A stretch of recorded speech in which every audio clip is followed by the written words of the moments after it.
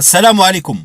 أعلنت لجنة استئناف العقوبات التابعة للاتحاد الإفريقي لكرة القدم كاف اليوم الثلاثاء هزيمة المنتخب السنغالي من المباراة النهائية لبطولة كأس إفريقيا للأمم التي نظمت في المغرب 2025 و2026، وذلك تطبيقا للمادة 84 من لائحة البطولة. وبالتالي فوز المنتخب المغربي الوطني ب3-0. جاء القرار بعد النظر في استئناف الجامعة الملكية لكرة القدم بشأن تطبيق المادة 82 و 84 من لائحة البطولة، حيث خلصت اللجنة بقبول الاستئناف شكلا وموضوعا وإلغاء القرار السابق الصادر عن لجنة الانضباط التابعة للكاف. كما اعتبرت اللجنة أن سلوك المنتخب السنغالي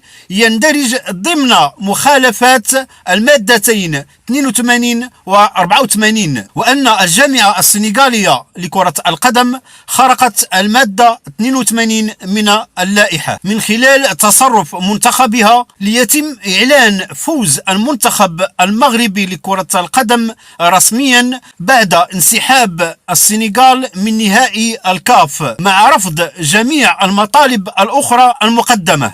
إلى جانب ذلك أصدرت لجنة الاستئناف قرارات تتعلق بمخالفات أخرى شهدتها المباراة، وتم تعديل عقوبة اسماعيل سيباري لتصبح الإيقاف مباراتين رسميتين مع تعليق مباراة واحدة، وإلغاء الغرامة المالية البالغة $100,000. كما تم تخفيض غرامة الجامعة الملكية لكرة القدم المتعلقة بعقوبات المكلفين بجمع الكرات إلى $50,000 مع تأكيد الجامعة المغربية عن هذا السلوك.